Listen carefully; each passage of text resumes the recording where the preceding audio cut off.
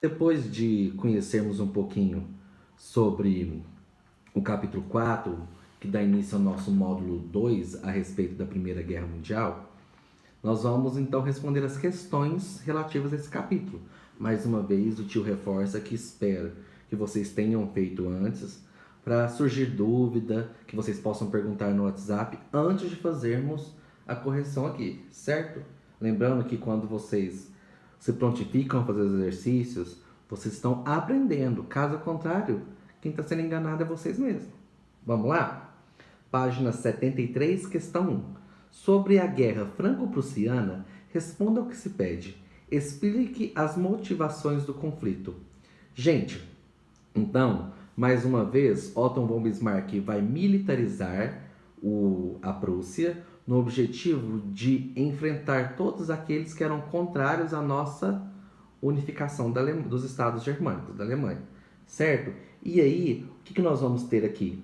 Que a Guerra Franco-Prussiana foi provocada pelo Reino da Prússia a fim de incentivar a união dos Estados Germânicos contra um inimigo externo, no caso, a França.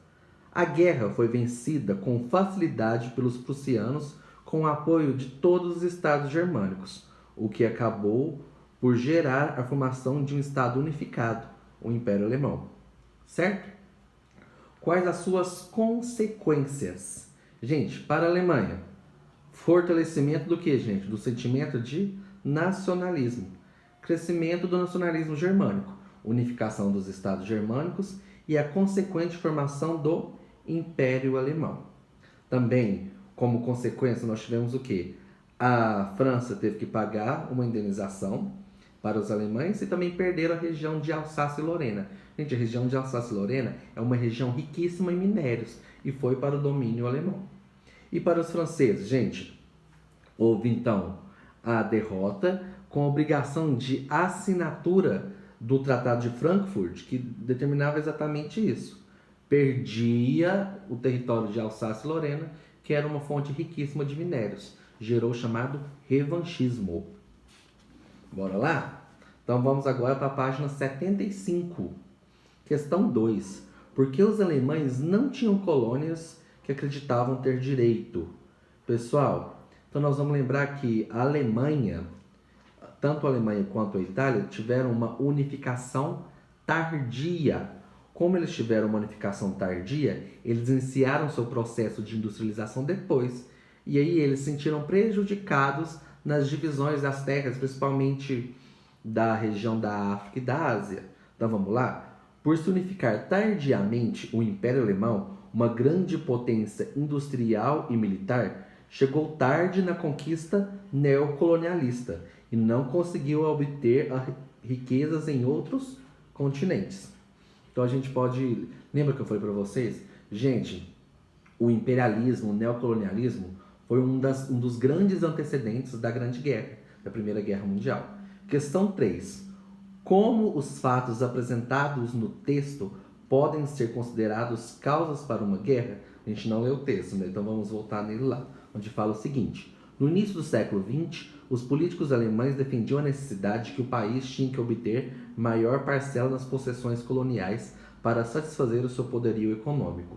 Como declarou um político alemão no período, não queremos pôr na sombra quem quer que seja, mas exigimos um lugar ao sol. Então, novamente questão 3, como os fatos apresentados no texto podem ser considerados causas para uma guerra? Acabei de dizer, né, gente? As pretensões alemãs de conquistar colônias não agradaram às duas maiores potências mundiais, França e Inglaterra, o que acabou por levar essas potências a um conflito de interesses capaz de originar uma guerra. Agora, vamos, por favor, na página 80. Questão 4. A Rússia, governada por eslavos, portava-se como uma mãe defensora dos interesses de seus filhos, contra o controle turco e germânico. Com essa postura, qual era a intenção real do Império Russo? Gente, ó, interesses financeiros. Lembra que eu falei para vocês? Eu vou até ler novamente aqui o que o tio tinha preparado para essa videoaula de vocês aqui, ó. eu falei o seguinte, que, deixa eu ver se eu acho, a Rússia lançou-se em defesa da Sérvia, quando a Sérvia foi culpabilizada pelo Império Austro-Húngaro pela morte do herdeiro do Império Austro-Húngaro, Francisco Ferdinando.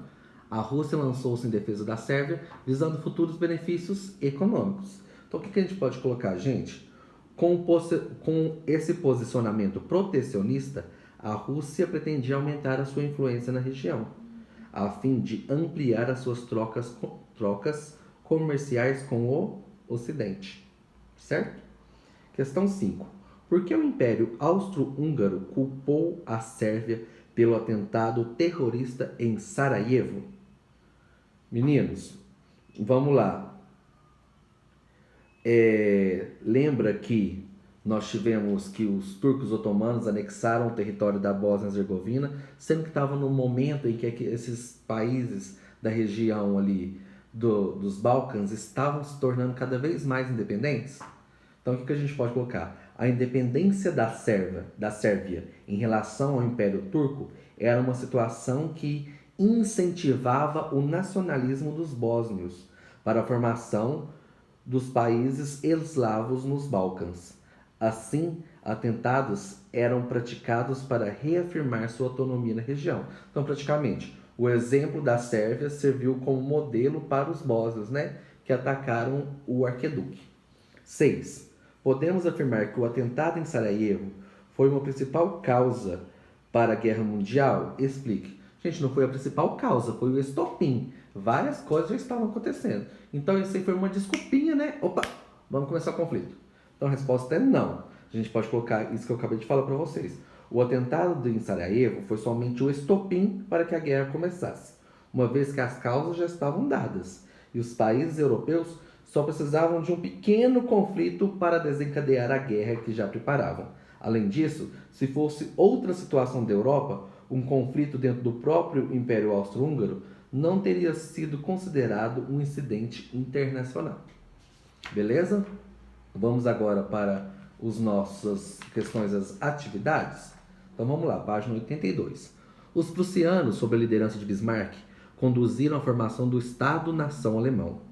Em 1871, em pleno coração de poder francês, o Palácio de Versalhes surgia como uma nova potência europeia. Explique como o surgimento do Império Alemão levou os países industrializados europeus à Primeira Guerra Mundial. Pessoal, mais uma vez, uma questão reforçando aquilo que a gente já tinha falado.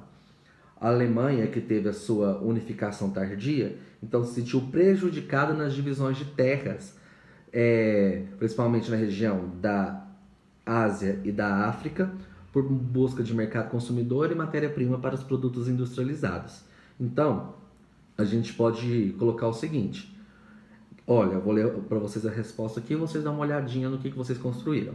O Império Alemão se formou no início do século XIX e se organizou rapidamente como um país mais rico e industrializado da Europa. Um dos países mais ricos e industrializados da Europa. A necessidade de obter mais mercado consumidor fez com que o Império Alemão mantivesse sua postura militarista do início da unificação, buscando por meio de embate e provocação o que achava que era direito seu, colônias e mercados rentáveis pelo mundo. As potências europeias, principalmente a França e a Inglaterra, não aceitaram a postura alemã. Leia a sentença a seguir e responda as questões 2 e 3. Os europeus denominaram os anos entre 1870 e 1914 de duas formas diferentes: Belle Époque e Paz Armada. Tais nomes parecem contraditórios, mas representam exatamente a época em questão. Questão 2. Definimos a expressão Belle Époque no capítulo 1, Agora defina a Paz Armada. Pessoal, foi um período então que essas potências europeias, essas potências industriais europeias, buscaram se militarizar para a proteção das suas colônias, né? E não de um embate realmente entre elas, né? Então a gente pode colocar período em que a concorrência entre as potências europeias industriais se acirrou em decorrência da disputa por colônias e maior projeção como potência industrial. Ainda houve um aumento de investimentos em armamentos e soldados, prevendo uma guerra em um futuro próximo por conta de alianças militares formadas. Questão 3. Considerando a sentença, responda: por que, apesar de as expressões belle époque e paz armada parecerem contraditórias, são capazes de descrever o mesmo período histórico? Pessoal, belle époque veio em decorrência de quê, gente? Da euforia, do entusiasmo relacionado ao crescimento muito decorrente da tecnologia e tudo mais. Tecnologia, gente, promove também tecnologia de guerra, né? O aumento dos armamentos com maior alcance e tudo mais, conforme vocês vão ver no início do próximo capítulo. Então, o que a gente pode responder aqui? Ó? O momento de crescimento econômico gerou disputa por colônias. A crença de que a tecnologia e a ciência seriam a salvação da humanidade provocou um investimento maciço em setores industriais e bélicos, aumentando ainda mais a concorrência e a crença que existia um povo superior a outro fortaleceu os movimentos nacionalistas. Povo superior a outro, lembra do darwinismo social? E letra B, retome o texto de abertura do capítulo e repense: por que Ernest Junger queria ir para a guerra? Texto de início do capítulo. Vamos lá? Na página, deixa eu olhar aqui, 71, fala o seguinte: o texto a seguir foi escrito pelo alemão Ernest Junger e consta no livro Tempestades de Aço, no qual o autor narra a própria experiência na Primeira Guerra. Havíamos deixado salas de aula, bancos de escola e mesas de trabalho, e em curtas semanas de treinamentos estávamos fundidos em grande e entusiasmado corpo. Criados em época de segurança, todos sentíamos a nostalgia do incomum, do grande perigo. Nosso primeiro dia de guerra não passaria sem deixar em nós uma impressão decisiva. Logo em seguida, apareceram grupos sombrios na estrada deserta do povoado, arrastando sacos pretos sobre lonas de barracas ou 2 a 2 com as mãos e braços cruzados. Com uma sensação angustiante da irrealidade, eu fixava os olhos em um vulto coberto de torrentes de sangue, com a perna dobrada de maneira estranha e pendurada frouxa no corpo, que não parava de lançar um rouco socorro, como se a morte repentina ainda estivesse rasgada a seu pescoço. O que era aquilo? A guerra havia mostrado suas guerras e jogado fora a máscara acolhedora. Então, o que a gente pode colocar aqui, ó, gente? Primeiro, a gente mostra, quando mostra aqui a vontade dele de ir para a guerra, de lutar pelo seu país, mostra que para ele a guerra envolve sentimentos nacionalistas e patrióticos, além de atração por aquilo que era desconhecido, por viver uma coisa nova, certo? Questão 4. Estamos finalizando, meninos. Explica a política de alianças com base no ditado popular: o inimigo do meu inimigo é meu amigo. Cite um exemplo de situação em que isso ocorreu. Gente, que exemplo que o inimigo do meu inimigo é meu amigo? O Império Russo, né? Ó, se o Império Russo é inimigo do Império Austro-Húngaro, então o Império Russo é amigo da França e da Inglaterra.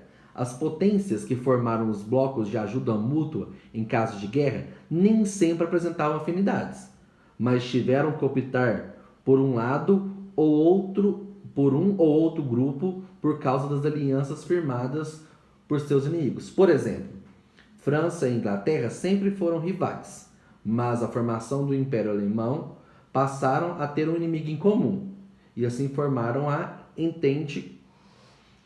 O Império Turco e o Império Austro-Húngaro há anos disputavam o controle dos Balcãs, mas tinham um inimigo em comum, o Império Russo, aliando-se à chamada Tríplice Aliança. Certo? Questão 5. O patriotismo é o amor pelos seus, o nacionalismo é o ódio pelos outros. A frase do escritor francês Romain Gary ajuda a compreender como reivindicações de autonomia de povos e sociedades variadas acabam por ocasionar disputas territoriais e políticas. Um exemplo dessa situação é a eclosão da Primeira Guerra Mundial, 1914 a 1918, para a qual contribuiu o seguinte fator. Gente, qual o fator que contribuiu? Nós tivemos lá, que a gente no capítulo que trouxe para nós como Balkans, um barril de pólvora, então a gente pode colocar o agravamento das crises balcânicas, né? Segundo o historiador Eric Hobsbawm, a discussão sobre a gênese da Primeira Guerra Mundial tem sido ininterrupta desde agosto de 1914. A questão permaneceu viva porque o problema das origens das guerras mundiais, infelizmente, tem se recusado a desaparecer desde 1914. De fato, em nenhum outro ponto a vinculação entre as preocupações passadas e presentes é mais evidente que na história da Era dos Impérios.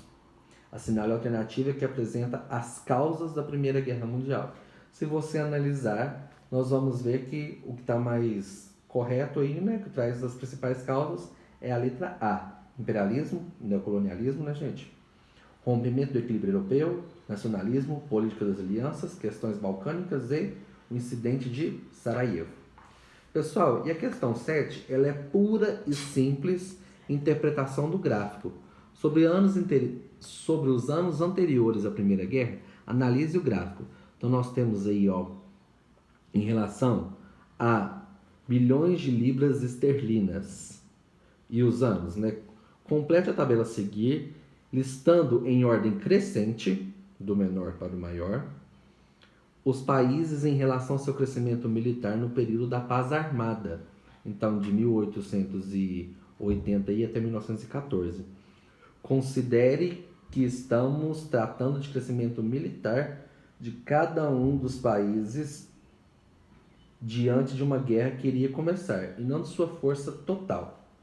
Então, ó, nós vamos lá. Do primeiro aqui, exército. Quem que tinha o maior exército, gente? Alemanha, Marinha, Grã-Bretanha. Segundo, Rússia. Terceiro, a própria Rússia, né? Terceiro, França no exército, Alemanha na marinha. Quarto, Grã-Bretanha no exército, França na marinha. Quinto, Áustria-Hungria no exército, Itália na marinha. Sexto, Itália no exército e Áustria-Hungria na marinha. Nós fizemos de baixo para cima, gente, do primeiro para o sexto. Certo? Meninos, então qualquer dúvida que tenha ficado, essa questão, igual eu falei para vocês, era pura interpretação do gráfico. Qualquer dúvida que tenha ficado, pode entrar em contato com o tio, que nós vamos solucionar as dúvidas na hora, certinho? Um grande abraço.